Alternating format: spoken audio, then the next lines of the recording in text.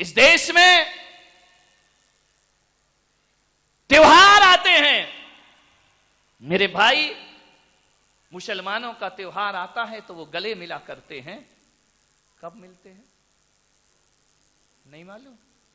ईद पर ईद मुबारक करते हैं, आपस में गले मिल जाया करते हैं। मुसलमान गले मिलता है ईद के त्योहार पर, जैन गले मिलता है क्षमावाणी के त्योहार पर, संवत्सरी के त्योहार पर जैन आपस में गले मिला करता है। हिंदू यदि गले मिलता है तो होली के त्योहार पर हिंदू आपस में गले मिला करता है। मैं आपसे एक निवेदन करना चाह रहा हूं, कोई दिवाली में गले मिलते हैं, कोई ईद में गले मिलते हैं, कोई होली में गले मिलते हैं, कोई संवत्सरी में गले मिलते हैं।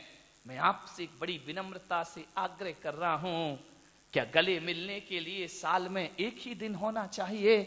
अरे एक ही दिन नहीं होना चाहिए मेरे भाई। क्यों साल भर ईद का इंतजार करते हो? क्यों साल भर दिवाली होली का इंतजार करते हो?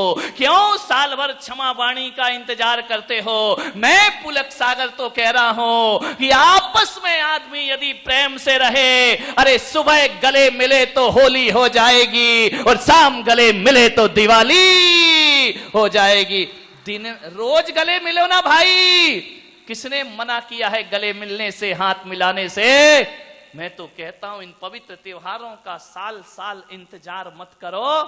सुबह शाम दोपहर को सुबह होली मनाओ, दोपहर को दिवाली मनाओ, सांझ को क्षमावाणी मनाओ और आराम से दुनिया में अपना जीवन बिता। क्या दिक्कत? साल भर ही इंतजार करोगे? आजकल एक और वो चल गया है, मदर्स डे, फादर्स डे, बाकी डे क्या है ये?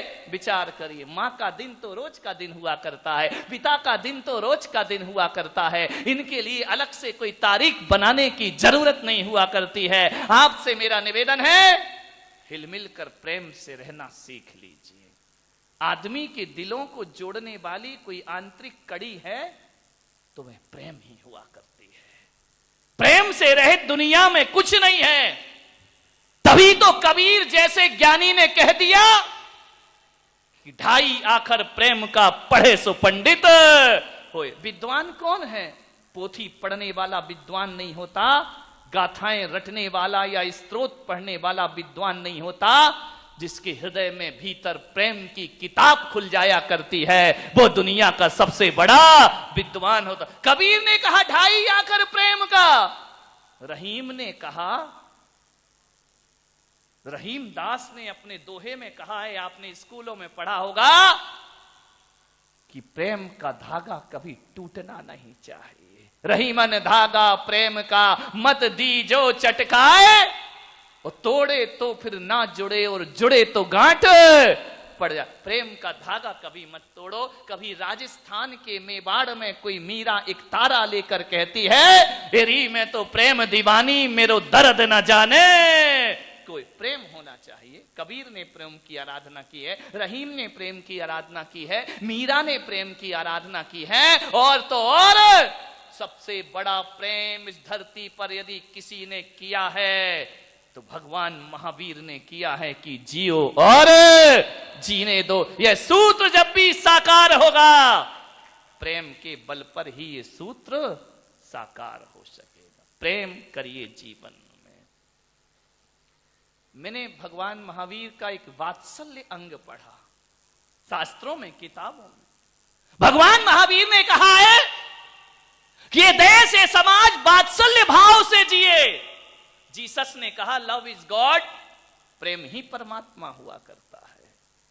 बुद्ध ने कहा प्रार्थना ही प्रेम है। महावीर ने कहा वात्सल्य ही प्रेम है, वात्सल्य ही जीवन है। महात्मा बुद्ध ने करुणा को बल दिया, जीसस ने लव इज गॉड को बल दिया, महावीर ने वात्सल्य पर बल दिया। मैंने सोचा कि तीनों महान आत्माएं अलग अलग सूत्र दे रहे हैं, लेकिन इनका अर्थ खोजोगे तो सब एक ही दिखाई देते हैं।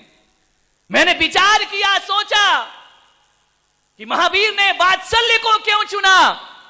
महावीर ने पूरे ग्रंथों में प्रेम शब्द का उपयोग नहीं किया, उन्होंने वात्सल्य का उपयोग किया। जीसस ने प्रेम का उपयोग किया। मैंने सोचा ये शब्द भी बोलते हैं। मैंने भगवान महावीर से पूछा कि आपने अपने सभी ग्रंथों में प्रेम की चर्चा क्यों नहीं की, आपने वात्सल्य की चर्चा क्यों की?